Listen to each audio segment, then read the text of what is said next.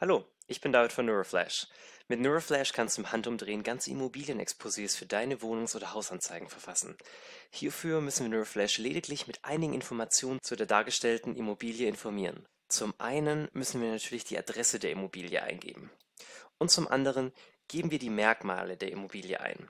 Das sind auf der einen Seite natürlich grundsätzliche Daten wie die Anzahl der Quadratmeter, die Anzahl der Zimmer oder im wievielten Stock sich die Wohnung befindet, aber natürlich auch jede andere Art von Information, die du gerne mit möglichen Interessenten teilen möchtest. Mit einem Klick auf Erstellen erhalten wir von Neuroflash bereits die generierten Textvorschläge für unser Exposé. Hier können wir nun unsere Favoriten auswählen, diese natürlich auch beliebig miteinander kombinieren oder eben auch manuelle Änderungen vornehmen.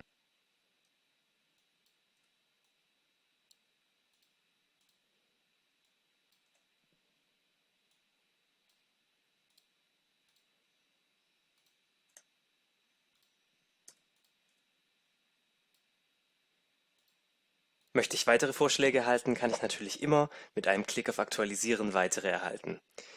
Und so einfach kannst du dein Immobilienexposé erstellen. Probiere es jetzt aus und lass dich von der magischen Feder überraschen.